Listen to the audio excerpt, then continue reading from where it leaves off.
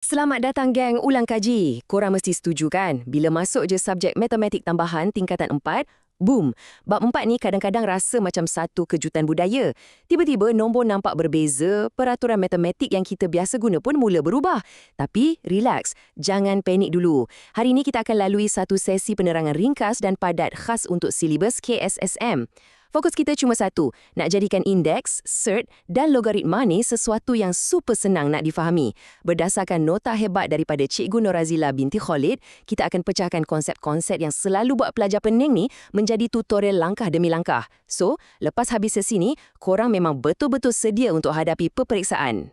Okey, untuk agenda ringkas nota kita hari ni, pertama, pengenalan bab 4. Lepas tu, kita tengok cara membanding beza nombor.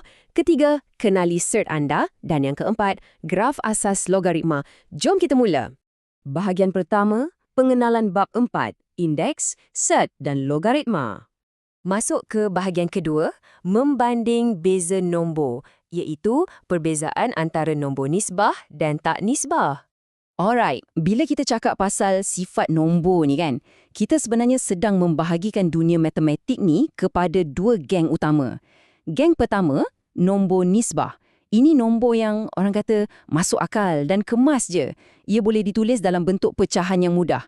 Contohnya bayangkan nombor 1/3. Bila korang tekan pada kalkulator, dia keluar 0.333 berulang tanpa henti kan? Disebabkan dia ada corak ulangan yang konsisten tu, dia dikira nombor nisbah. Nombor bulat biasa atau perpuluhan yang ada titik akhirnya, macam 0.5, pun masuk dalam kem ni. Tapi, kat geng kedua pula, kita ada nombor tak nisbah. Nombor ni sifatnya agak kacau bilau sikit.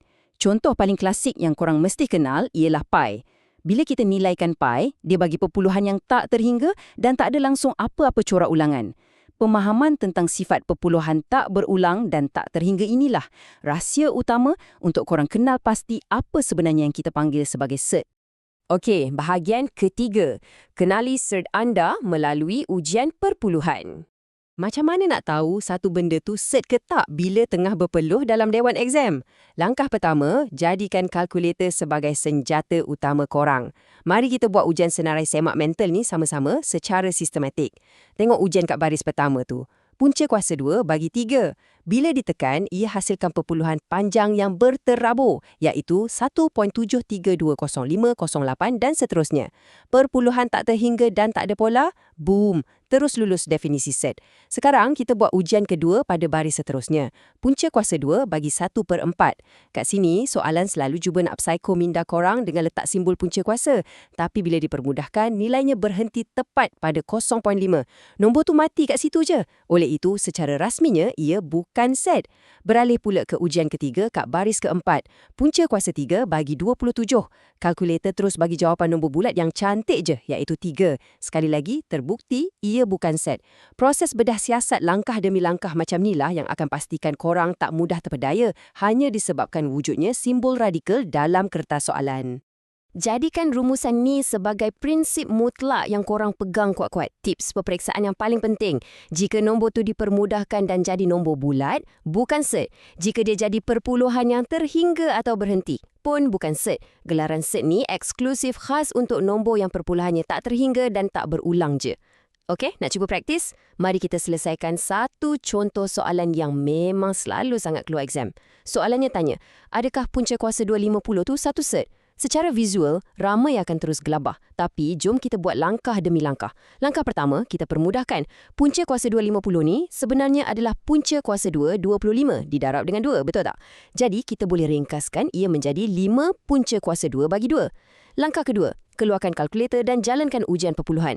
Nilai bagi punca kuasa 22 tu ialah 1.4142 dan bila kita darabkan dengan 5, jawapannya jadi 7.07106 dan nombor ni meleret terus tanpa corak. Maka kesimpulannya sangat jelas, ya, ia adalah cert. Membedah soalan mengikut sistem langkah demi langkah macam ni adalah cara paling terbukti untuk elak kesilapan cuai. Seterusnya, bahagian keempat, graf asas logaritma dan peraturan visualnya. Okey, cuba korang perhatikan graf ni betul-betul. Dalam peperiksaan, pelajar selalu automatik rasa panik bila nampak persamaan logaritma yang ada asas ganjil atau perpuluhan pelik macam 2.7 atau wujudnya pemalar algebra. Tapi, visual ni sebenarnya mendedahkan satu cheat code atau jalan pintas yang sangat melegakan. Tak kira betapa aneh pun nilai asas tu, nak sekecil 1.6 ke, nombor bulat macam 2 ke, atau sebesar 5 sekalipun, dia langsung tak mengubah anchor utama graf tu. Korang perasan tak? Kesemua garis lengkung logaritma ni secara sempurna akan sentiasa potong paksi X pada satu titik koordinat yang tepat, iaitu bila X sama dengan 1. Bila korang faham kewujudan titik persilangan setetap ni, korang dah boleh meramal, melakar dan nampak pergerakan graf tu dengan yakin, tanpa perlu buang masa kira setiap titik satu persatu. Kenapa graf tadi bertindak macam tu? Cheat code visual tadi tu sebenarnya disokong teguh oleh hukum asas logaritma itu sendiri. Sebab utama semua lengkung graf potong paksi X tepat bila X sama dengan 1 adalah kerana wujudnya hukum pertama ni. Log asas B bagi 1 sentiasa, saya ulang, sentiasa akan bersamaan dengan sifar. Sebab itulah nilai Y kat situ kosong. Hukum kedua yang korang wajib master ialah log asas B bagi B sentiasa bersamaan dengan 1. Alright, jom kita aplikasikan hukum-hukum ni dalam satu lagi contoh soalan peperiksaan yang sangat popular. Katakan soalan minta korang selesaikan benda ni dengan pantas tanpa guna kalkulator, cari nilai bagi log asas 5 bagi 5, tambahkan dengan log asas 8 bagi 1. Ikut kaedah langkah demi langkah kita. Langkah pertama, kenal pasti sebutan awal, iaitu log asas 5 bagi 5. Berdasarkan hukum kedua tadi, bila nilai asas dengan nombor di hujungnya tu sama, nilainya automatik jadi 1. Langkah kedua, nilaikan sebutan yang seterusnya, iaitu log asas 8 bagi 1. Berdasarkan hukum pertama, sebarang asas logaritma, kalau untuk nombor 1, ia akan sentiasa menghasilkan sifar. Langkah ketiga yang terakhir, kita cuma tambahkan dua nilai ni. 1 tambah sifar bersamaan 1. Senang gila kan? Soalan exam yang mula-mula nampak macam menakutkan ni sebenarnya boleh diselesaikan dalam masa beberapa saat je, asalkan asas pemahaman hukum korang utuh. Wow, tahniah! Korang kini dah pun berjaya bina satu pertahanan asas matematik yang cukup kebal.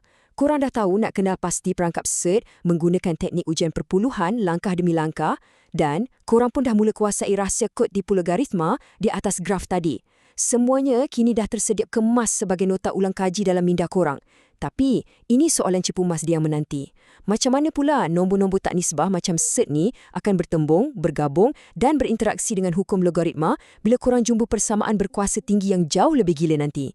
Kat situlah sebenarnya cabaran peperiksaan sebenar akan bermula. Cuba korang fikir-fikirkan dulu tentang persoalan ni, teruskan momentum mengulang kaji korang, kekalkan fokus sebab korang memang akan perlukan asas yang kukuh ni bila kita mula rungkai soalan-soalan KBET tu dalam sesi penerangan seterusnya. Terus berjuang dan selamat maju jaya.